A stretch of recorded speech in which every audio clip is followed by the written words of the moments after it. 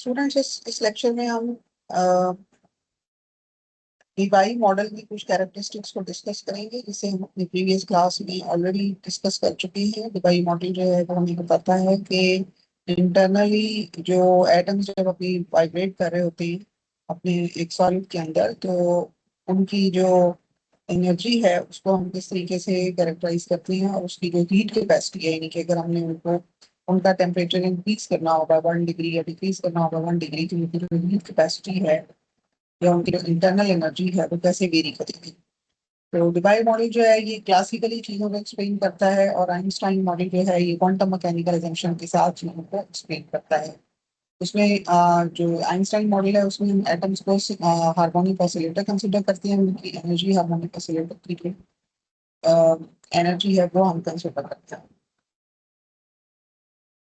और जो है डिवाइड मॉडल, उसके अंदर हम एटम्स को फोनॉन्स कंसिडर करते हैं, और उनकी जो उनकी जो वाइब्रेशंस हैं उनको हम फोनॉनिक वाइब्रेशंस यानी लैटिस वाइब्रेशंस जो है वो कंसिडर करते हैं। और जो लैटिस वाइब्रेशन है वो ज़ाहिर है एक्स वाई और जेड एक्सिस में हो सकती है। तो वो थ्री डायमेंशन मोड हो सकते हैं। एक मोड जिस डायरेक्शन के अंदर लैटिस खुद मौजूद है तो वो लॉन्गिट्यूडल मोड हो जाएगा। और जो दो मोड्स उसके जो हैं वो लैटिस की डायरेक्शन के परपेंडिकुलर हैं, वो ट्रांसवर्स मोड हो जाएंगे। तो तीन मोड होते हैं जिसमें जो है वो एटम वाइब्रेट करता है। तो अभी हम देखेंगे कि जो एक खास फ्रीक्वेंसी रेंज के अंदर एटम्स के जो मोड्स हैं वो कैसे वेरी करते हैं। तो सबसे पहले हम ये देखेंगे, तो हम यहाँ पे डीबाई मॉडल की कुछ कैरेक्टरिस्टिक्स को डिस्कस करेंगे, जिनमें अ, हम डिस्कस करेंगे उसकी डेंसिटी ऑफ स्टेट्स। क्योंकि जब भी हम वेव्स की बात करते हैं तो वो क्वांटम स्टेट्स में होती है, और उनकी डेंसिटी ऑफ स्टेट्स जो है वो फाइंड करना जरूरी होता है।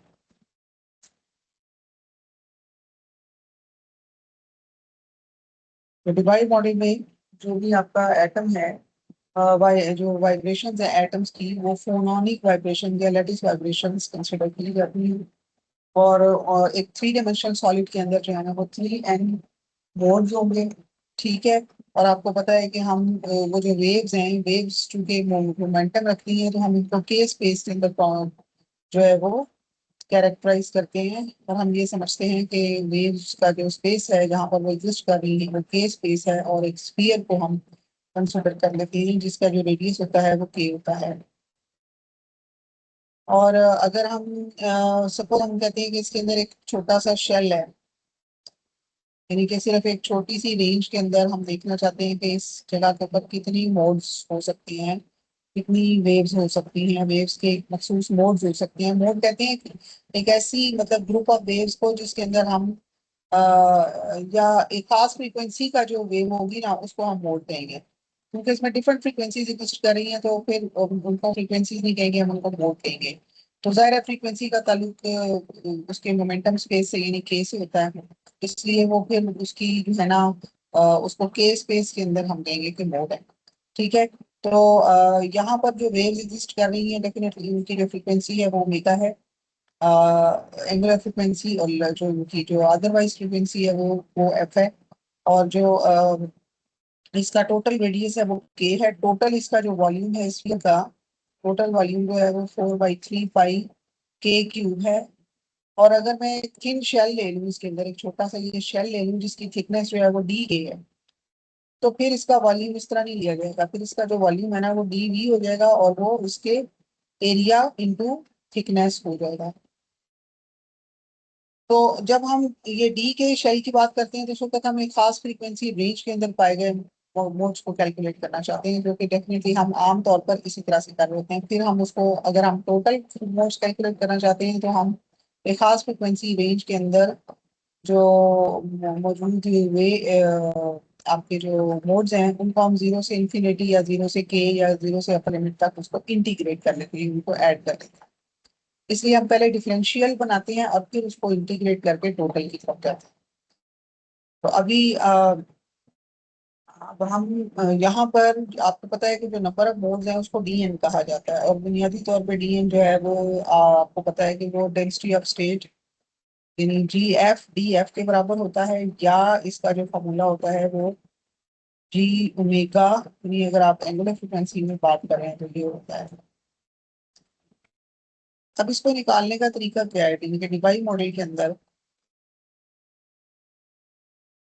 हम ये जूम करते हैं कि अगर हमारे पास एक थिन शेल है जिसकी थिकनेस डी के है और वो इस केस स्पेस के अंदर मौजूद है, तो फिर उसके अंदर जो मौजूद होंगे मोड्स वो डी एन होंगे, उसकी थिकनेस जो है वो डी के है। तो हम सिर्फ शेल की बात करते हैं, पूरे स्फीयर की बात नहीं करते, ठीक है ना। तो उसके अंदर डी एन जो मोड्स हैं, वो सबसे पहले तो जितना वॉल्यूम उसका होगा ना, यानी कि शेल का जितना बड़ा वॉल्यूम होगा उसके साथ वो प्रोपोर्शनेट होगा।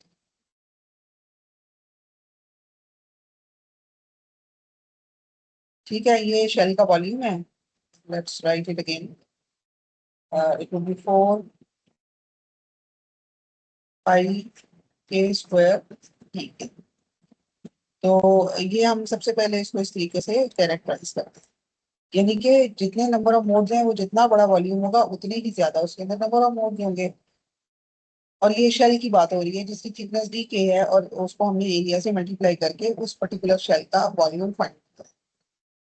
अब इसका ये जो इसका मतलब ये हुआ कि जो शेल है वो बेसिकली आपका के स्क्वायर डी के ऊपर डिपेंड कर रहा है। ठीक है, अब आपको पता है कि इसके अंदर डिस्पर्शन रिलेशन होती है, जो कि होती है omega is equal to V के।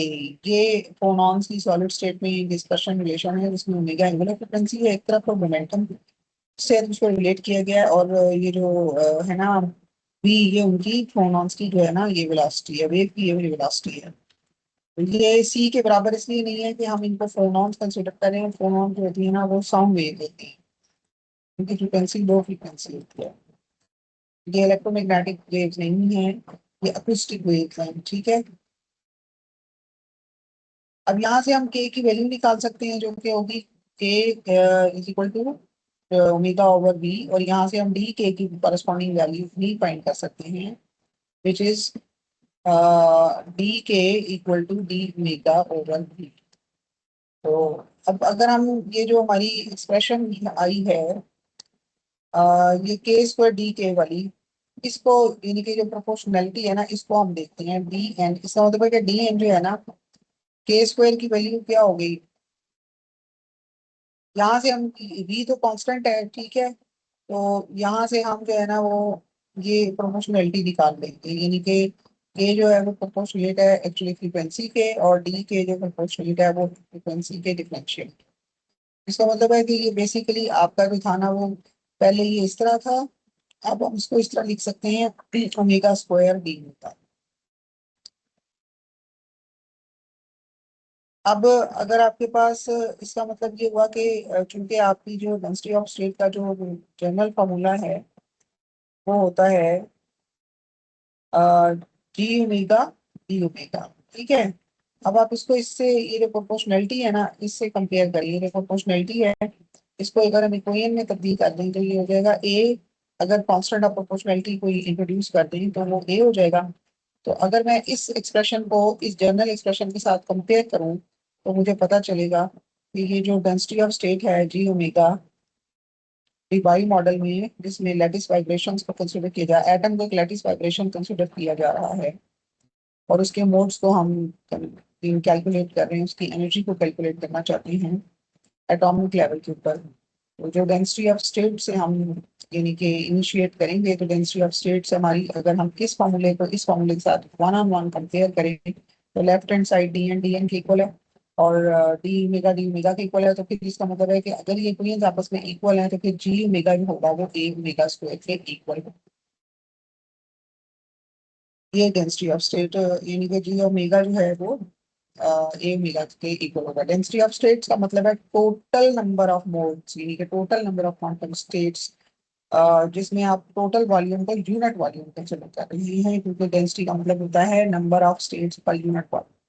और यूनिट वॉल्यूम मींस यहाँ पर जो पूरा सॉलिड है उसका वॉल्यूम का यूनिट माना जा रहा है, ठीक है। इट मींस टोटल जो नंबर ऑफ स्टेट्स हैं वहां पे मौजूद हैं उनको डेंसिटी ऑफ स्टेट कहा जा रहा है। अच्छा, अब अगर हमने ये तो हमने सिर्फ डी के यानी के रीजन के अंदर फाइंड किए ना। अगर हमने जो है वो टोटल स्फीयर के अंदर फाइंड करनी हो, और ये भी आपको पता है कि यहाँ पर डिबाई मॉड्यूल जो है ना, ये लिमिट लगाता है, वो ये कहता है कि सिर्फ डिबाई फ्रीक्वेंसी तक जो मोड्स हैं वो एग्जिस्ट कर सकते हैं। डिबाई फ्रीक्वेंसी एक मैक्सिमम फ्रीक्वेंसी है, उससे आगे की कोई फ्रीक्वेंसी है तो उसके मोड एग्जिस्ट नहीं कर सकते। ठीक है, इसका मतलब है कि टोटल जो आपके मोड हैं वो 3n है। अगर आपका जो सॉलिड है वो 3 डायमेंशनल सॉलिड है और n नंबर ऑफ आइटम्स हैं और हर आइटम के 3 कोऑर्डिनेट्स हैं, तो फिर टोटल नंबर ऑफ मोड्स कितने हो गए? 3n।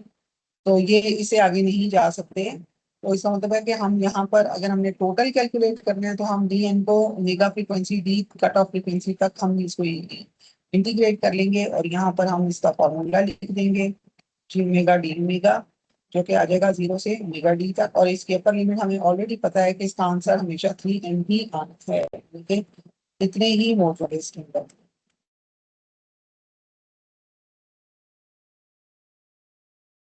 और ये चूंकि फ्रीक्वेंसी का फंक्शन है तो लिमिट आपकी फ्रीक्वेंसी पे लग रही है, लेकिन फ्रीक्वेंसी इंफिनिटी नहीं हो सकती, यहाँ पे सिर्फ डिवाइड फ्रीक्वेंसी तक हम मोड्स हासिल कर सकते हैं। तो अब हम इसके अंदर जी ओमेगा की वैल्यू पुट कर देते हैं।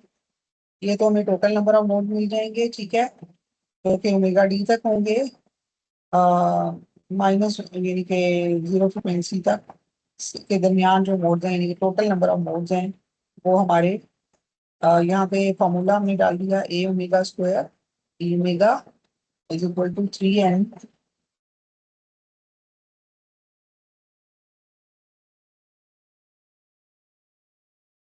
और इसको इंटीग्रेट कर लिया, ए बाहर आ गया, ये आ जाएगा ओमेगा क्यूब ओवर 3 और 0 से ओमेगा डी तक, और ये 3n यहाँ पे आ जाएगा।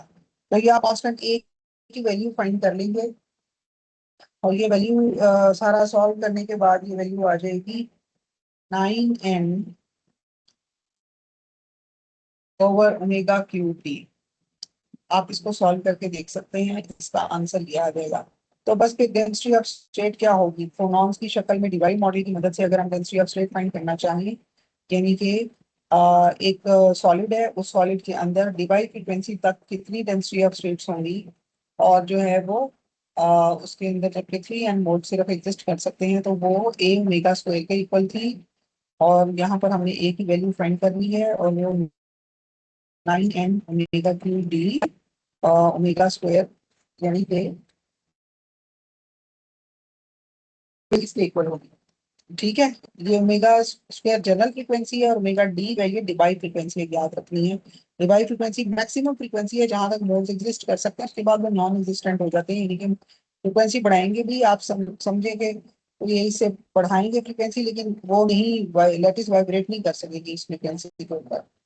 ठीक है, अच्छा डेफिनेटली इसका ताल्लुक जो है ना, आपको पता है कि ये जो फॉर्मूला हमारा है एच का ओमेगा ओवर के टी, तो यहाँ से हम जो है ना बेसिकली वैल्यू फाइंड कर सकते हैं अ, इसकी।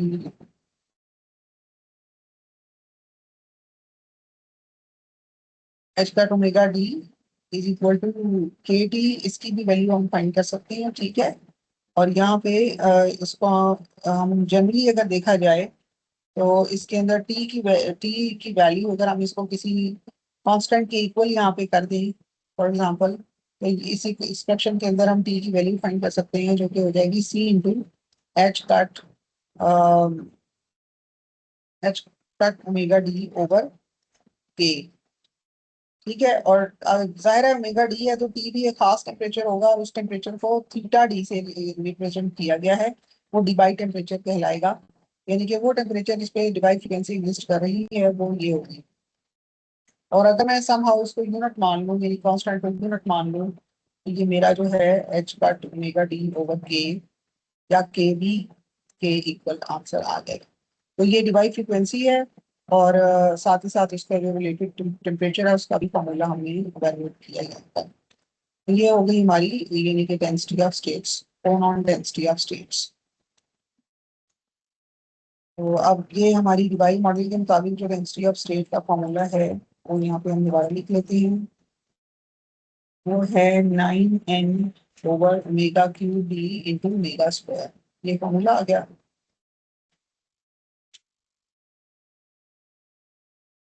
तो ये हमारी डेंसिटी ऑफ स्टेट है।